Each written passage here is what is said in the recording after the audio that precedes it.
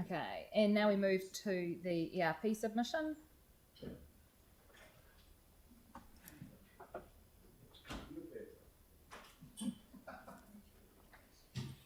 Right, welcome Kerry and Tony.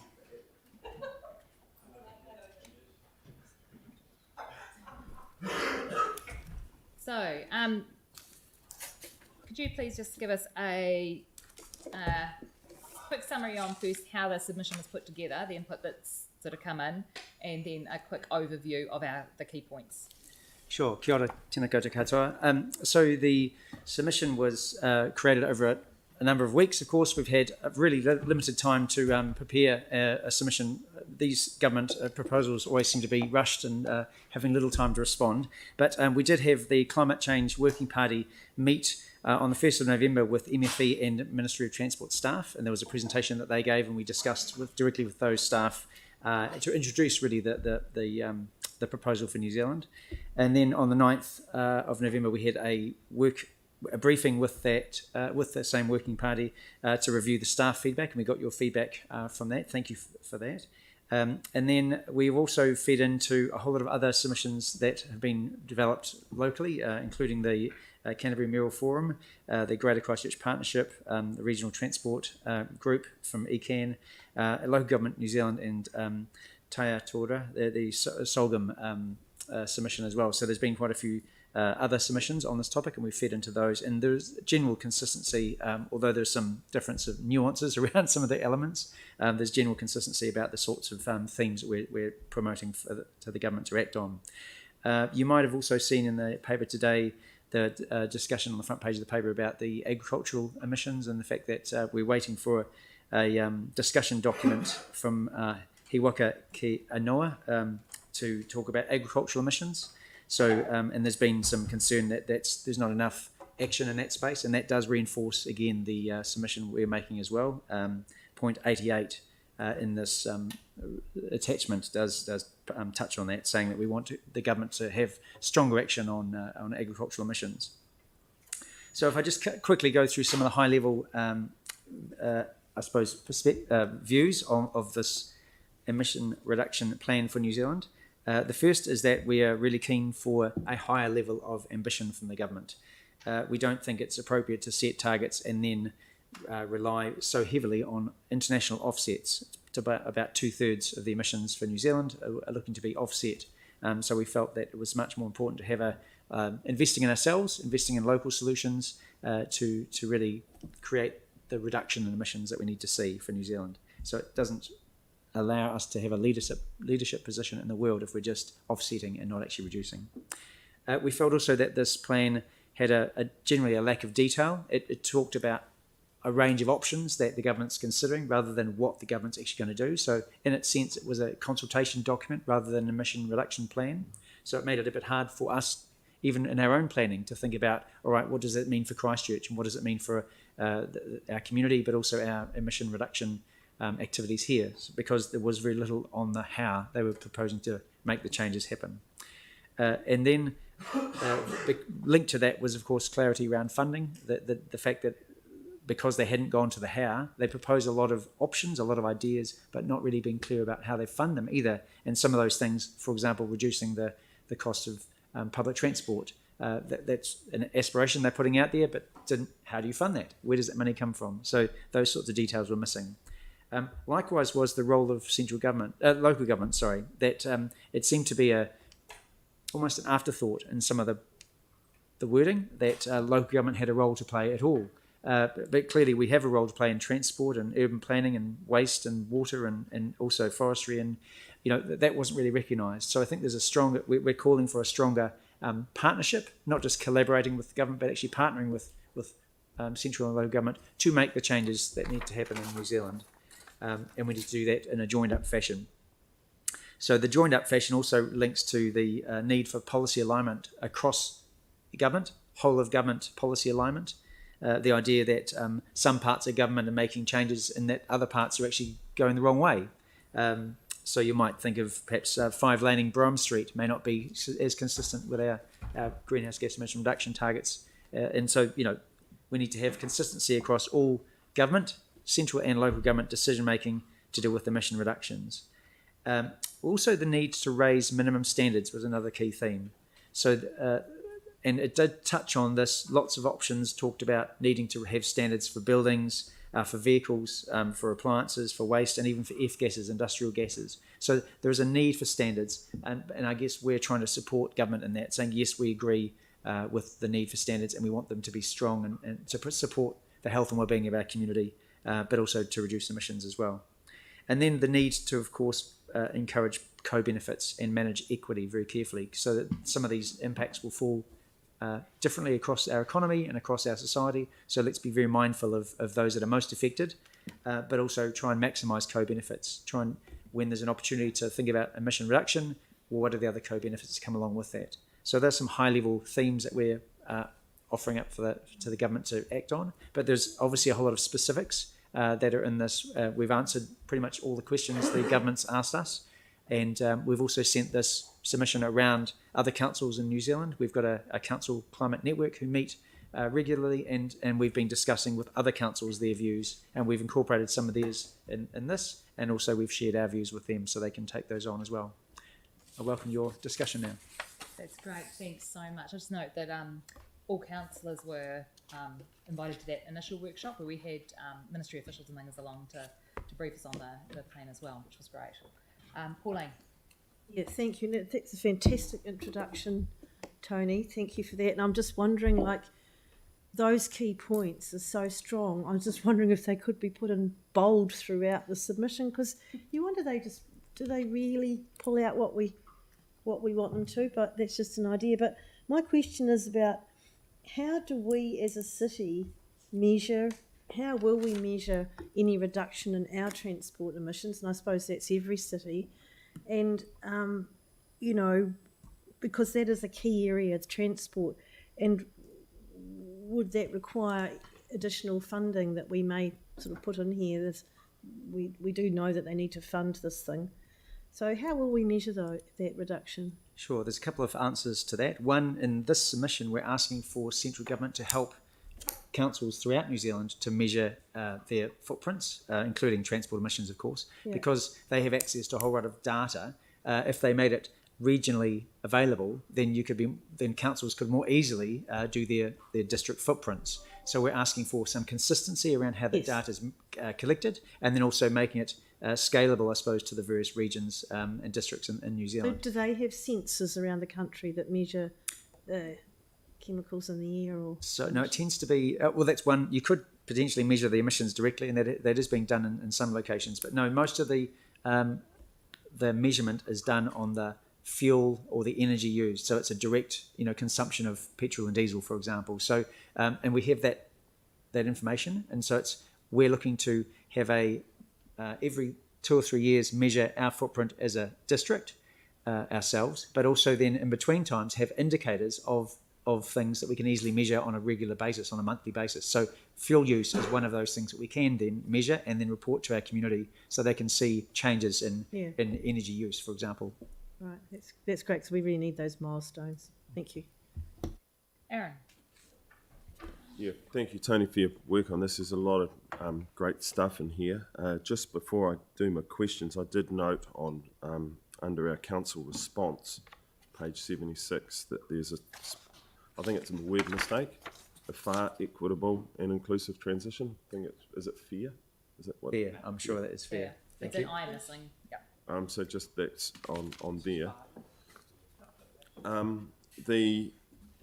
So just I've got a couple of questions. One is, firstly, around there's no real numbers in here per se of where we get to and what we do and the costs to do that, which is a worry. And it does have the note at the bottom that the cost of not doing anything is great as well. But we need to know the cost so we can prioritise where the best bang for buck is, and we're definitely not seeing that. And on that, I'll go to under the introduction, we would like to thank staff for the environment preparing the document, engaging, and we also congratulate the government on the recently announced increase to the country's thing, an important place part, so on and so forth. That up there, and it talks about the public transport and so on and so forth. but we're not seeing, every time we spend money on those things and implement them, we're not seeing a measurable outcome. And you'll remember during the LTP when we had... Can we just be clear here? Oh, yeah, doesn't matter. No, It's all good. I'm just trying to be clear. So what we're doing is we're commenting on our submission on the government's plan. So if you have a look at there's got no numbers either. So if you have a look at the Climate Change the Climate Commission's report, Yep. with its 800 pages of appendices, where it detailed the numbers and the costs of inaction. So why don't we use We them? asked for those because we're just responding to stuff that's already been done. Right. And we've noted that there's no Yeah, cost. but one thing that you did pick up that we have done in our thing is Spelt we have one word asked wrong. them to prioritise. That was one of the changes that as councillors we made to what staff had originally put together. We did say that the government should be prioritising those things that get us the quick wins for the cheapest costs. That's in our submission, which is the point you just made. Yeah, So why are all the buses empty? is that in the submission? Well, we support that public transport system. So if you look back at the climate change, They're not of the empty. Climate Commission's evidence. So, Aaron, we're past the time of you asking for more evidence on things. At the last briefing, you were given links to a whole pile of research and things that have been done. So what we're at the time now is that if there's a piece of research that you disagree with and that you think shows that that's not true, then could you bring that forward so we can actually have a good look at that rather than asking for more research when we've actually sent links through stuff already? Okay, so if I bring it forward and there is evidence on things like a bus lane that shows that it has a more negative than a positive impact on the environment, if it's evidence-based, then we'll stop voting for them. Will we do that? If you're able to bring that along to a meeting where we're making that decision or ahead of time, I'm sure it will be considered. Okay, that's good. Thank you. Absolutely. Yeah. but still don't disagree. Just on, so it's page 91 of our agenda. So it's 52. So it's point 52.5, and it says Christchurch was not specifically mentioned in the congestion pricing actions. Congestion pricing is an initiative that the Christchurch City Council is interested in investigating, and we welcome assistance and legislative support in this area. I was just wondering, Sarah, sort of through you as chair, if I was of the view to have that removed from the submission, how would you want to do that? Like, is that an amendment or?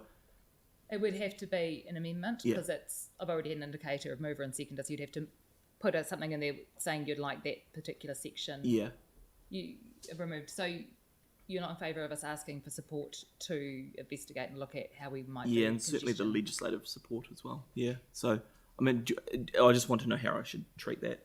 Do you want me to just... as an amendment. Okay, shall I send it to... Yeah, that would be great. Nigel? Yeah. So send it to Simone. Yeah,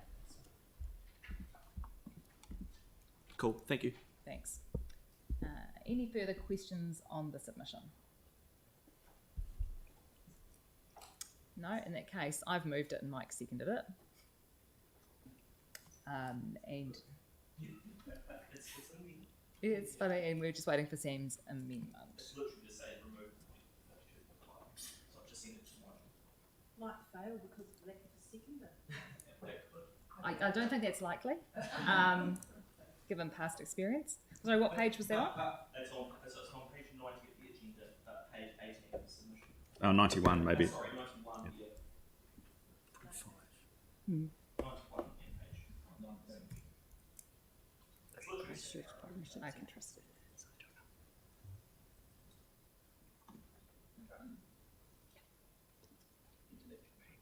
Yeah.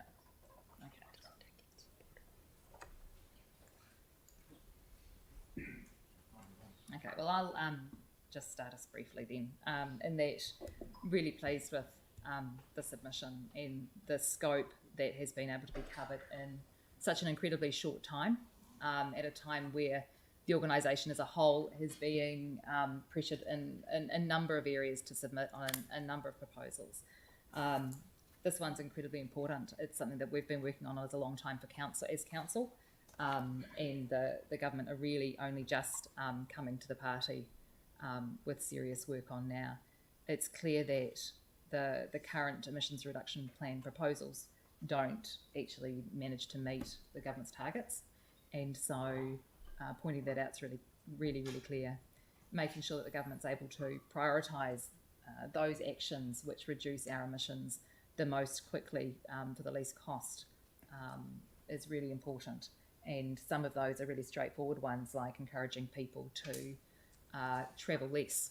It doesn't necessarily mean that you need to give up things, but working from home occasionally and combining trips and not going down to the supermarket 5k away just for a bottle of milk are all things that add up across our transport system, which is a core emitter for us as a city.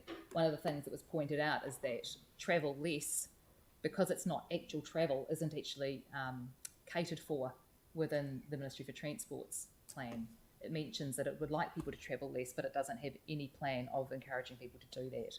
And so that's one of the key points we've made in that space as well. People not travelling is incredibly cheap, and it's a cost saver for the families and things as well. And with that, I'll open it up to others. Yeah, so your amendment now? Yep. Yeah, is that the one? Yep. So Sam has an amendment. Who is the seconder for the amendment? Aaron? Yanni might be more appropriate. Your hand was up first, that's fine. Yep, so would you like to speak to that then? Yeah, look, only really briefly. Look, I agree with large parts of the submission. I think you've done a really good job in getting it to a point. We want more clarity from government and the like, and we want measurable outcomes. The only thing that sort of stood out to me was around that question, and it was 52, which said, do you support the target to reduce vehicle kilometres travelled by cars and light vehicles by 20%? And I think people do want that, and if we can incentivise other modes, that is useful. But I'm quite concerned that we would be looking for legislative support from central government around congestion charging at the moment. It's not really in place in Auckland, and I think if it was going to be tested somewhere first, that would be it. I'm not sure that the residents of Christchurch yet are overly keen on congestion charging, and I'd be kind of concerned that we would express a view like that without offering a view, so without actually talking to the people of Christchurch. So look, really simple, just to remove that point if we can, and I kind of hope people would see that as a pragmatic step that I think the people of Christchurch would support. So we've got Pauline and then Yanni. Yeah, thank you. Look, excellent submission, and particularly I think the piece about the central government aligning their policies. So, for instance, the effects of their transport and their housing policies, their planning, all has to be linked in with the climate change policies as well, and that doesn't seem to be evident, and that's really like that bolded out, because that feeds into our own residential intensification submission we just made recently on the fact that they're wanting us to be able to intensify citywide instead of around key activity areas, so it's quite an oxymoron when you compare it with climate change targets. So yeah, just congratulations again, it's an incredible piece of work. Regarding the congestion article there, the line there, look, I think all we're asking for is, all we're indicating is that we're interested in investigating that, and I think to take that out would be actually starving ourselves from knowledge on the possibility of this congestion charge, that actually it's in certain places all around the world.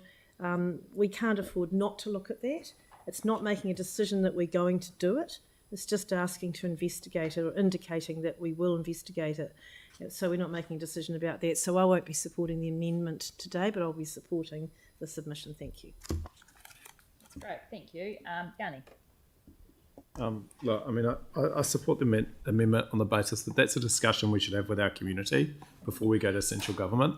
One thing we should all be very aware of is you need to be really careful what you ask central government for, because I'm really concerned that if we put this in, we could actually get this forced on us like we're seeing with the waters and the planning, and I just don't think that would really be fair to the residents of the city. So, I support having a conversation with our community about the impact of congestion charging if we want to look at it, but I don't think we should be putting it in a submission to central government, because the risk is that central government will force us to do it, and we'll have people in our community that are adversely impacted who have had no say.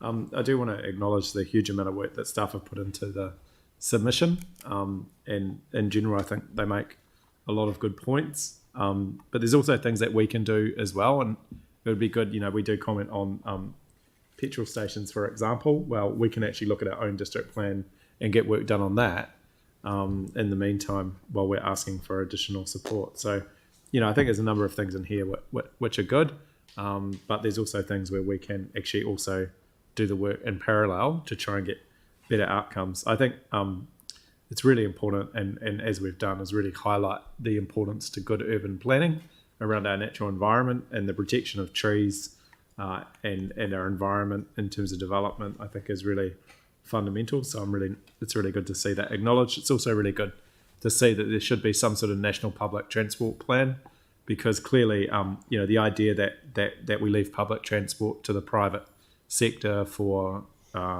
international owners to profit off at the expense of our community, either being able to afford it or getting good outcomes in terms of climate change, isn't ideal. And for those with long memories, they'll remember when ECAN tendered on the lowest cost, and we got a whole bunch of old clunking buses that were brought in that were really probably not very good for the environment at all. So, I think there's a lot of good stuff in here, but I just think the congestion charges, if we want to look at that as a city, let's actually talk to people in our community first rather than go to central government straight away.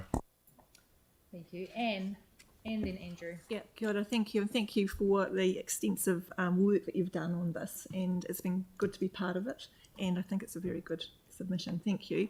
I won't be supporting. Oh, sorry, we'll be supporting. Won't be supporting the amendment because to me it seems a bit alarmist. Actually, there's nothing here that says that we want congestion charging to be brought in. All we want is to investigate it as an option, as part of the big picture, in terms of how we deal with getting people out of cars and using other more sustainable forms of transport. So I believe that conversation has to be had, but we need to investigate it first before we have that conversation. So I won't be supporting the amendment. Thank you. Andrew. Thank you. Yeah, I'm supportive of this work and supportive of the resolution. I also won't be supporting the amendment. Congestion pricing is something that we should have an interest in investigating in Christchurch, as other cities around the world should do and have done. I certainly don't want to close the door on that. We're not saying that congestion pricing is an initiative that Christchurch City Council is interested in implementing. That would be something quite different. We've got some work to do before we can consider whether that's something that we would want to adopt or not. But yeah, I'm very comfortable with the submission the way that it was written, and therefore won't be supporting the amendment. Tim. Yeah, look, thank you, and thank you very much for the work. I will be supporting the amendment because the wording is worrying in the sense that we could be a test bed for this rather than Auckland, where it's actually needed the most. So I'll be supporting the amendment today. Anyone further? Aaron? Are we just speaking to the amendment at this point? No, we're having a debate on one. Okay. Yeah, well, I'll support the amendment. There's no evidence that congestion charging in a city like Christchurch would make sense or work. I think in the coming years, and where we should be putting our energy and effort, is into solving the transport problems, i.e. the fuel we use, because people will still use vehicles, and I wouldn't tell a mother to not go get milk for her children in the middle of the night if that was what she wanted to do. I would encourage her to own an e-bike or a regular push bike, because that would save that family money, but telling them they can't get milk in the middle of the night is not something, it's not a council position that I choose to take. All our decisions around transport need to start making sense. Currently they don't. They often don't add up, and I know most people hate them, but that was a good submission during the LTP from Greg Clydesdale, who clearly showed that the current council's position around transport has had a net increase in carbon. Above population growth, we have increased the fuel usage in the city. Even at petrol at $2.50 a litre, people are still increasing the amount of use, because even in our submission it says we don't support straight roads, because even though the Romans come up that 2,000 years ago, the quickest way from point A to point B is a straight line. We are not supportive of that. Our transport planning going forward has to be around the lowest amount of carbon for any person's movement or any freight movement. To try and do behaviour change and a whole lot of other things based on ideology is ridiculous, and it is costing this planet. And the more that people keep doing that, the more damage this table will do to the planet, because you are doing damage by not using science and facts to get the outcomes of zero carbon. Telling people to behave differently does not do it. It does not do it. So good luck. Melanie, then Celeste, then That's why the Mike. bus is empty. Thank you Not for it. empty. Look, I just want to say the staff have done a really good job on this, so I'm really happy to support this. I didn't realise we'd be having a discussion about congestion charging, but now I'm going to be reading from the internet about a report from WSP I've just found about a congestion charging model in Sweden that shows that having implemented congestion charging with substantial effects on traffic flows, minus 20% and 10% in two different cities in Sweden, travel time improvements of between 30 and 25%, as well as reductions in gas emissions, nitrogen oxide gases of minus 5 and 8%. So congestion charging is proven to be very effective in reaching its primary political objectives of reducing congestion and emissions, and it also generates considerable revenue streams covering up to half the necessary funding for sustainable modes of transportation. So not that I'm particularly wanting to support congestion charging necessarily, there is evidence that it is successful, and I'd like to keep it in our... What is the point of order from standing orders that you would like to address? That is factually inaccurate, because the No. population density It's of factually- Stockholm is 4,800 people per square kilometre, 20 times It's our not a density. standing order, point It's of order, so I overrule it. Thank you Comparing very much. apples with shoe soles. Celeste. Yeah, just well done. I think it's really great. And I mean, we don't need to add too much about the congestion charging thing, but I think from my point of view, saying we don't have enough information to make a decision and then turning down a recommendation to get more information doesn't make a lot of sense to me. So I support getting the information so then we can go back and make a decision. I think that we shouldn't be afraid of asking questions just because there's been a few things that we don't like. That seems a bit of a Chicken Little type situation. So yeah, we need to use all the tools in our toolbox, and drivers, I'm a driver, we need to pay the social cost of, one of the many things that contributes to, carbon emissions, and obviously this is the biggest driver, so we need to look at the core contributor to our carbon emissions. So yeah, it's great. Thank you. Thank you. Mike. Thank you. The comments from Councillor Cohen sound like comments from a climate change denier, just trying to mislead people order. off his grandstanding BS. I'm going to rule on it. What's the point? He's name calling of something that I'm not. I want us to deal Opinion. with the carbon emissions. So to call Opinion. someone the opposite is Opinion It's an currently. opinion. It's an also opinion. name calling's an opinion. Okay, thank you. It wasn't a name calling. It's close to it. Close. Be careful with the next bit. Well, don't you worry. I've said what I had to say about that. I will not be supporting the amendment. There's nowhere in this that say we're going to be implementing congestion levies to actually not look at that work, investigate it, and put that tool in your toolbox is daft. I've heard from people in communities I represent that they wanted a congestion levy for the new motorway. We didn't have that tool to be able to do that, and now we're getting an influx of cars going into the heart of St Albans.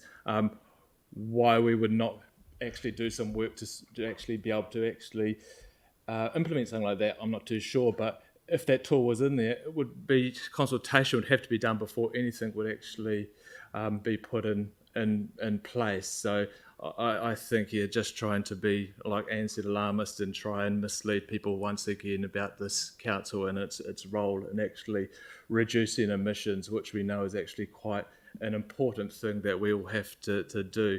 I welcome the council's submission. It is a strong submission. It points out facts and areas within the council, the government's plan that aren't quite right, and obviously the call to do more and how it can be done. We know council is going to play a leading role in reducing emissions, but obviously we cannot do that alone, and we are and will require financial support from central government. One of the most important things of what we need to do and ensure as we move forward is how we do that with our communities and in a just and equitable way. I think that's going to be one of the biggest struggles that we do have to achieve and work out how that is, how we get there. But look, I think we've actually done a really, really good submission. I'm really disappointed by some of the comments that I've heard today. It's not surprising. We always hear these same comments, even though they've never been backed up with proper peer-reviewed evidence, even though when the overwhelming evidence support that human-induced climate change is real. Thank you. Any further debate? No, I'll just wind up briefly then. Thank you again to Tony, Kerry and the rest of the team, because I know people from across the organisation had input into this in a range of things. And I really hope that the coverage of the debate today doesn't just focus on one tiny part of it, that has been a bit of a distraction, because actually what we're asking for is the ability to have that conversation around congestion charging with our communities, something that we don't have the ability to do at the moment. And so I really hope that the amendment doesn't pass, because it would be great to be able to talk to the community about that.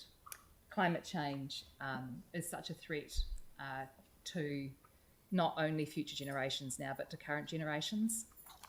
We're going to be around when some of the worst of it hits, and our children and grandchildren will feel the impacts for a really long time. We've seen the first pass Canterbury risk assessment, we've seen the national stuff. We had Jim Salinger and talking to us about what's happening both nationally and globally with climate change, and to limit our options and to not try as hard as we possibly can to lower the risks and to mitigate that simply means that we wouldn't be doing our role to make decisions in the best interests of both current and future generations under the Local Government Act.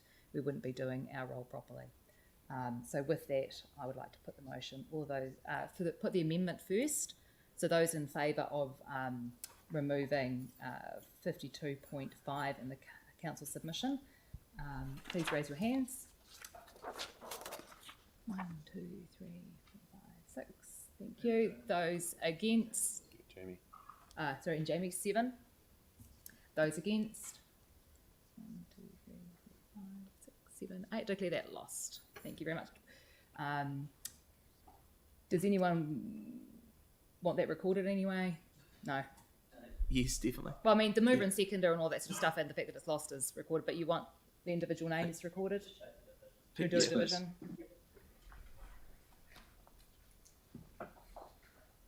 So this is a division on the amendment and whether to take that thing out. Yeah, take 52.5 out. Councillor Galloway? No. Councillor Johansson? Yes. Councillor Turner? No. Councillor McClellan? No. Councillor Major? Yep. Councillor Goff? Yes, sorry. Councillor McDonald? Yes. Councillor Keon? Yes. Councillor Cotter? No. Councillor Davidson? No. Councillor Scandra? Yes. Councillor Chu? Yes. Councillor Coker? No. Councillor Templeton? No. Councillor Donovan? No. Councillor Chen? No. And the Mayor? No. Okay, so we have 7 yes and 10 no. Excellent. That's great. Declare that lost. Thank you very much. And now we move to the substantive. So we've had the debate, move on to substantive. All of those in favour of the council submission on the emissions reduction plan, please say aye. Aye. Those against? No. Okay, would you like those recorded? Division. Okay, division. Yeah.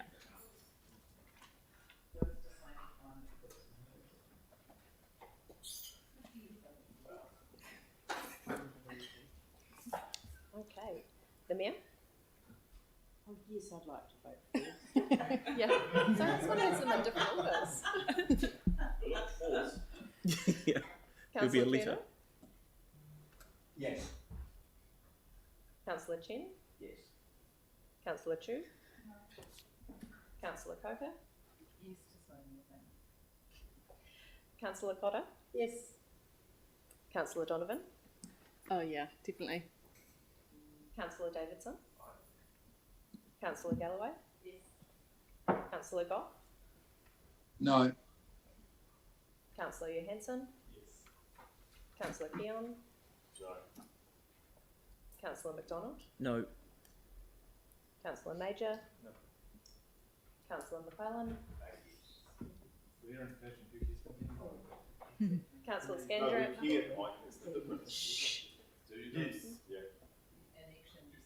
Oh, enough. Thank you. Councillor Templeton? Yes, I think we should make a submission to the government on the climate change emissions reduction plan. Okay, so we have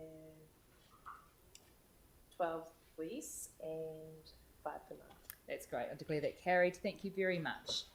And that brings us to the end of the meeting, I think, unless I've missed something.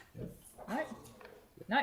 And so I'll get Councillor Davidson, who is hurriedly looking up things on his iPad, to finish the meeting with a karakia. Unahia te pō whiri marama, te mokia te ao whatu tangata, tātai ki runga, tātai te ki wararo, tātai ahoro, homie, huie, taiki e. That's great. Thank you very much, everyone.